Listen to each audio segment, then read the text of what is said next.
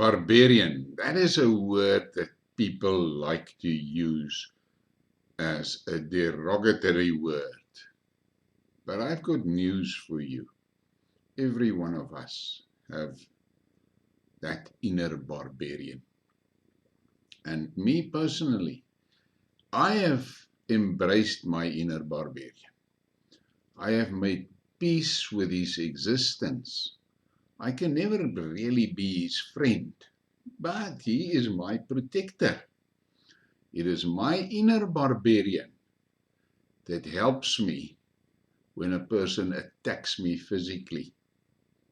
It is my inner barbarian that gives me the strength to tell a guy to fuck off when he intrudes into my personal space. So, don't bluff yourself and use that word barbarian to break somebody down and diminish him. The barbarian in you is the basic block of your existence. Think about that one. 11th of July 2023.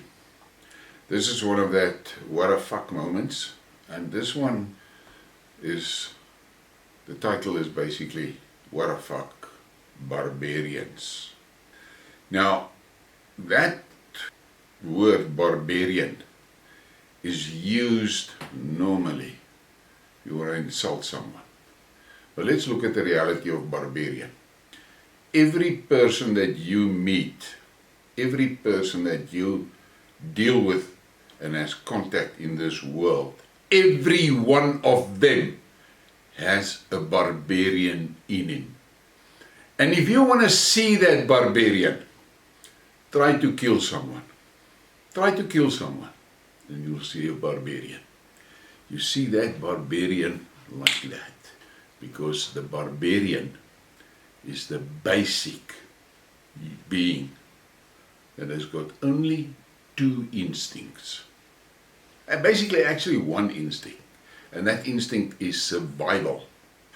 And to survive, the barbarian had to do two things. Number one, he had to eat. Number two, he had to survive.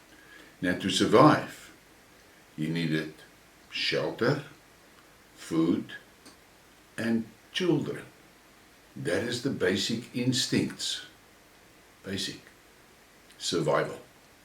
Now in the northern hemisphere, the barbarians developed, and they were basic hunter-gatherers.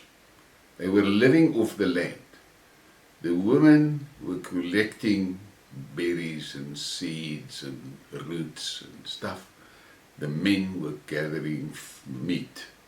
They started off initially with small animals, rats and mice and squirrels. But as their families, as their tribes grew, they needed more meat. So they started hunting the bigger animals. And then pretty soon they realized that along this road of their hunting, weapons developed and things like that. And I'm not going to discuss that because that is not what I'm talking about. And then they got to the point that their tribes were beginning to get so big that they needed big meat. And they knew they need numbers to kill a big thing. Because in that killing process, some of them are going to die as well. So they progressed to the point where they started hunting the woolly mammoths. Massive stuff. Kill one and the tribe could eat for a month. But they became so efficient in hunting those mammoths that they hunted them out of extinction. Into extinction. They were gone. So they were confronted with a situation, shit, now there's big stuff, big meat is gone, what now? But some of them realized, okay, all these reindeer running around, let's just start herding them. Let's just start herding them, domesticating them basically, so that we have a constant flow of meat. And they started, instead of living in caves and in skin shelters and in branch and twig shelters and huts, they started building buildings, more permanent structures that could house more people, because the tribe was growing. And that is how, from a homestead, developed into a village, and into a town, and then into a city. But all of these changes required changes. They needed water, they needed sanitation, they needed constant supply of food. They started farming around the cities, growing vegetables, growing grains, growing fruits, and the herds of reindeer was replaced with herds of cattle, and all of those things happened. That's what we call civilization. That's what we call civilization. So this barbarian has now climbed the ladder of civilization. And I'm not going to talk about all the feudal wars and shit that they had in Europe and so forth, but the end of the story was that Europe developed into a continent full of cities, permanent structures, permanent agricultural areas, permanent herds to feed the people. All of these things developed. But the tribes kept on growing, and they needed more. And the land couldn't provide anymore. So they built ships, and they sent their ships out to go and collect from the rest of the world. And then they hit South Africa. And here you have a situation with Van Riebeeck climbing off his boat onto the beach, and he met the Khoisan. But now you must understand, Van Riebeeck was now, let's say, and this is for argument's sake, he was now on step 10 of the civilization ladder. So he was basically 10 steps away from barbarian. In his eyes, the Khoisan that he met was still barbarian. So there was a big difference between them if you measure it on a civilization scale. But let's talk about the Khoisan. They were still living like nomads. They would live in an area, and when the resources in that area is done, they move to another area. And that is the story. And they also never had the need to go for big tribes, because they were not hunting woolly mammoths. They were hunting deer. For them, killing a deer was a big thing. Killing a kudu was a major thing. But their tribes were small, so a kudu was enough. And that is how it worked with the rest of the indigenous people. The people, there are guys that want to say, yeah, we got there in the Cape and we didn't find any cities. Where was your cities? For fuck's sakes. They didn't need cities. They were nomads.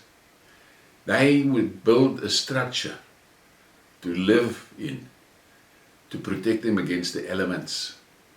And that's it. And they didn't build permanent structures because they knew it was not permanent. In a season or 2 or 3 seasons, the resources of that area would be gone. The grass would be gone and all of that, and they will have to take their cattle to a new area where there's grass and things like that. They pack their shit up and they go. So they never had the need to build permanent structures. And you cannot be so arrogant to say, because they never built cities, they're primitive. No, they didn't need it, because they had vast lands to roam over. And their tribes were not as big as the European tribes and concentrated into one spot like the Europeans did. So understand that. Never make that type of comparison or that idiotic statement, we got there and we got found nothing. And then there's those memes of showing how the Europeans developed and all the time the Africans stayed in their mud huts. That is, yeah, it is entertaining to look at, but it's bullshit because you've got to look at the circumstances of the Europeans and the Africans. So, in comes the whites into the country, and they had a different level of civilization. So they started settling areas permanently and cultivating the land and providing for their tribe, different to what the African attitude is. So don't use the developed Europe. Don't use the developed Europe and compare it to the nomad Africa, because you Europeans, your ancestors were nomads that hunted the woolly mammoth into extinction. No different than the Africans. Nomads. The difference is the African land was vast, and it's a hard continent, and illness, diseases kept their numbers low. And although that was true, you must never forget, the fittest survived. The weaklings died out. The fittest survived. That civilized Europe started protecting the weaklings. They started looking after the weaklings. The strong people were supporting the weaklings. In the African environment, the weaklings died out. So, those early African people that the voortrekkers met in Africa were strong warriors. And we know about all the wars and things that happened. But the reality is, you cannot take Europe as a basis point and then compare it to Africa and say the Africans they could not develop. They didn't need to develop. It was Europeans that brought that concept into Africa of towns, permanent dwellings, permanent farms, things like that. It was unknown to the indigenous people. But a guy from Zimbabwe came to my place and he wanted to look at my aquaponics because he was interested in setting up an aquaponics system in Zimbabwe. Very nice guy, and we were standing there in the hothouse and talked about it. And then out of the blue he said to me, Mr. Colleen, why is it that black people, when they get unhappy about something and they protest, that those protests turns into violence so easily? What do you think? Why is it? And then I said to him, explain to him this concept of the civilization ladder. And I said, now, you must understand the whites are now on, let's say, step 10, and the black people is on step 3 in civilizational development. Yeah, they're using shit from step 10 now already on step 3, but their progress, their natural evolution was still step 3, and the Europeans are on step 10. Now, if you put a man under pressure and you threaten his life or his existence, he will step back on that civilization ladder, because in his core, the only thing that can really help him survive is his inner barbarian. But that inner barbarian of the European is covered in 10 layers. The black guy, he's covered in 3 layers. So, as the pressure on the European increases, he will step back and drop a layer, drop a layer, drop a layer, drop a layer, to get more barbarian for his survival. So, If he steps back 3 steps, he's still on step 7, so he's still got 7 layers of civilization around him. Where if the black guy is threatened and steps back, if he steps back 3 steps, he's a raw barbarian. And people do not understand that. But yet they judge them on that. They don't have any control over that. That is nature. And that is something that needs to be accommodated and be aware of, and make sure that you don't bring the barbarian out in your opponent. Because if you do that, you're going to land into shit. You take a soldier, a white soldier from the most developed country in the world, and put him in a trench and put his life in danger where it's a matter of life and death, and look at that barbarian that will come out of that university graduated soldier. Raw barbarian. He will kill his attacker with his bare hands. He will slit his throat without hesitation, because it's either him or that guy. So do not deny the inner barbarian in every one of us. That barbarian is there because that barbarian made it possible for you to be here today. And people don't take that into consideration. That is why, if you have to do conflict management, you have to be very aware of the barbarians that you're dealing with. And if you are dealing with a group of people where the barbarian is covered in 3 layers, you must be fucking careful, because it's not many layers and you're going to face the barbarian. Where if you have to handle conflict with a guy with 10 layers of civilization over his barbarian, you have leeway. So that is something that people need to take into consideration. Be aware of the barbarian.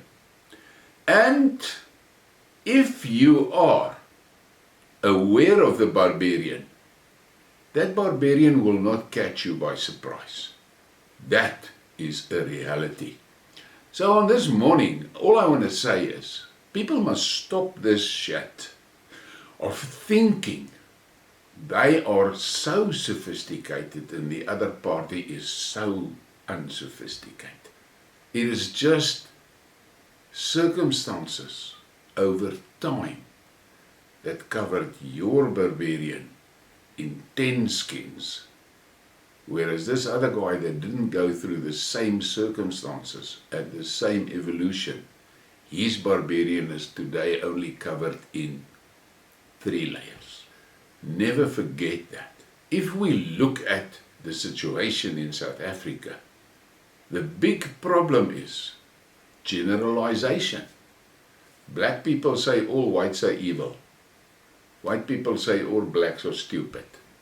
All blacks are lazy. That is not so, because in the black communities are people that has already managed to cover their barbarian, his own barbarian, in 7 layers. Some of them even has covered it already in the same 10 layers as you. But the reality is, in the white tribe, there are fucking barbarians with only 3 layers. You know them. You know them. That guy that after 2 brandies is a barbarian. So don't, I also want to call it arrogance. Don't be so arrogant and think you are that much different from that black guy. The only real difference between the two of you is how many layers of civilization do you have around you, and how many layers does he have.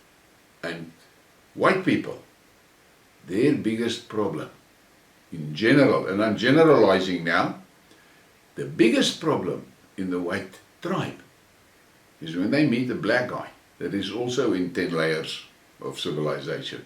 They don't know how to cope with him. They can't cope with him. And it makes me smile, because arrogance is a major problem. Now, the thing that makes this an acute problem is the fact that we have got a stupid leadership in this country that listened to the Triple X, followed the instructions from the Triple S, disregarded the needs of their own tribe, and are implementing instructions from the Triple X. And that Triple X wants a society that is full of conflict, and they unleashed the concept of racism on South Africa. And South Africa was easy prey for that, because South Africa, we've got 11 official languages. We are an extreme diverse cultural society. So it was easy for them to throw racism into the pot. And there it was, and it inflamed the whole society. And while we are fighting this racism war, the Triple X is sitting here at the top, coining, and they're making money off us. Why are we allowing them to do it? Why? In my tribe and in the black tribe are people that know how dangerous it is, but they are all too scared to confront the real enemy. And now we're back to that place where I say the only way that we, the people, can survive is if we take hands and we face the common enemy. But we will have to face that common enemy the way the old ancient hunters faced the woolly mammoth. They only had spears against this gigantic animal. They had spears and raw guts. But most important, they knew that they needed numbers. One hunter cannot, in those days, kill a woolly mammoth. It was impossible. They needed a lot of hunters with a lot of spears to get that woolly mammoth down. And they realized in that hunt for that woolly mammoth, some of them will die. But they made provision for it by coming in numbers. And this is what I say. In South Africa, we have the numbers. The problem is the numbers are isolated on islands. Islands that are surrounded by stupid shit like racism. It is time for us to realize it. If we want to bring that woolly mammoth down, we will need numbers. Think about that. Please give me a like and a subscribe and share the thing. And thank you for your support.